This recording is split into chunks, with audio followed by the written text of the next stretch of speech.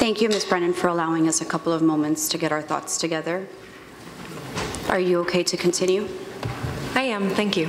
You're welcome. Ms. Brennan, just a quick reminder that obviously you are still under oath. Understood. So how we work this out is that the co-chairs would be asking a few questions, and then we would pass it down to our vice chairs and so on. And at any moment, if you need a break, please let us know. Will do, thank you.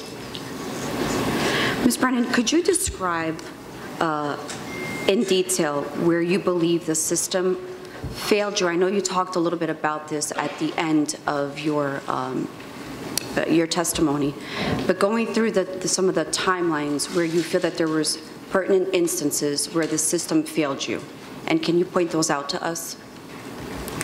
Yes, I do believe there's certain instances where the system failed me.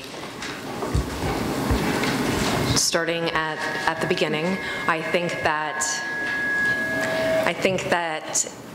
we need reform to make it easier for survivors of sexual assault to pursue justice in the criminal justice system. I know that that is not the purview of the committee hearing today, but I do believe that we need reform there. I believe that we need additional training in that respect as well for prosecutors, judges, and juries to remove bias. I believe that we need additional policies and procedures and structures so that when an incident does occur, particularly in a workplace, you know who to go to and who is responsible for caring for that investigation and that incident. And I believe, foremost, that we need to believe survivors. So few people report, so few people are able to go pursue a criminal investigation that you have to believe survivors. You have to believe them at their word.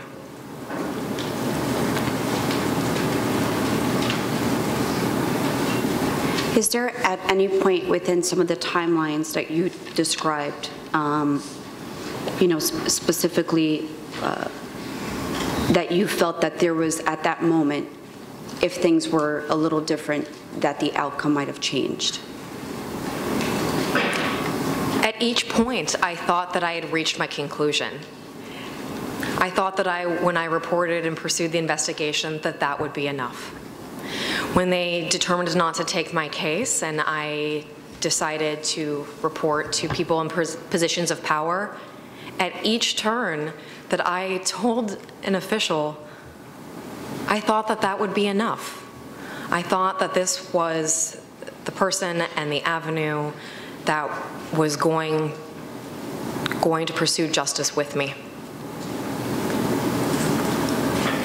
I want to go back to the specific incident of when you had the conversation with Ms. Heather Taylor. Mm-hmm. Yes. So when Heather Taylor told you that the state could not do anything, that she told you that you had the option of filing an did she give you the option of filing an internal complaint or no? So at the point she just told you this happened during the campaign and now you are employed, so there's really nothing that I can do at this point because it happened before your employment. That's correct. I do not recall whether she offered me an internal investigation. That's not something I remember. Did you ever tell Ms. Taylor that in your line of work that there might be many instances where you would be running into Mr. Alvarez, so therefore you would like to have something on file, anything in writing that at least would have raised a red flag? I had believed that it was on file. I did not explicitly request that.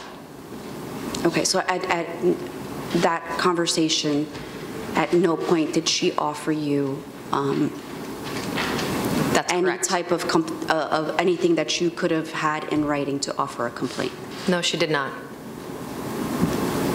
How did you walk away from there feeling after you told Ms. Taylor that there was this incident and now in your current workplace, both of you were going to continuously have contact? Did you bring that up to her? Or maybe if you can clarify the conversation a little bit. We're just trying to understand if her knowing what obviously had happened to you, what you reported to her, besides it preceding your employment, obviously now this is bringing it into your employment status. It was a somewhat brief conversation in which she described that because at the time of the incident we were not both state employees, that it was outside of the purview of their ability to act. And, you know, that pretty much concluded our conversation.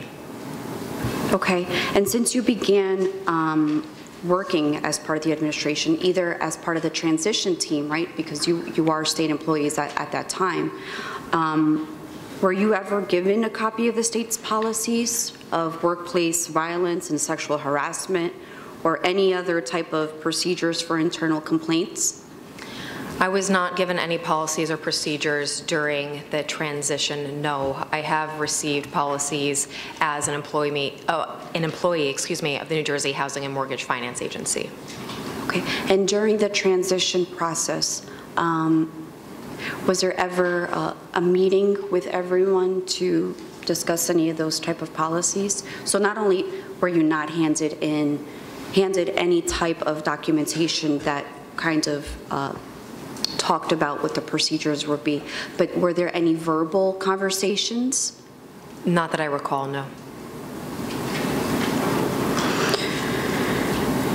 And so at your current employment, you did receive, you know, the rules and regulations of how to formulate a complaint, correct? That's correct. Have you received training as well, or was just this a manual that's given to you? There's a manual that's given to you, and then my understanding is that all state employees, I certainly at the agency, conducted an online ethics training. Okay. Mm-hmm. Okay. Yes. And but that to date is thus far all that you've received, correct? That's correct. And I'm sure that, is it mandatory for everyone that's employed to take that online training? And I'm sure you have to sign off on it that you've Yes. done. We'd have to do that too, but. Yes, Okay. there's several online trainings, and the policies and procedures which I were given are specific to the New Jersey Housing and Mortgage Finance Agency. Were you ever personally contacted by the AG's office or no? I don't believe so. I believe that it was just Heather Taylor. There was a call where they asked to affirm what Matt had relayed to them, and I don't know from whom it came. Okay. Thank you, Ms. Brennan. At this time, that's all I have for you. Thank you. Thank you. Senator Weinberg. Thank you, and again, thank you for your testimony and your willingness to answer the many questions I think we will have for you.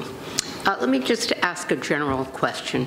How is your work environment now, or how has this affected what you have to do in your daily assignments? It is truly an honor to work as Chief of Staff at the New Jersey Housing and Mortgage Finance Agency, and I'm lucky to be there. This process has not made things particularly easy. My most immediate work environment is supportive, but as part of my position, I do interact with a number of other departments and members of the governor's office.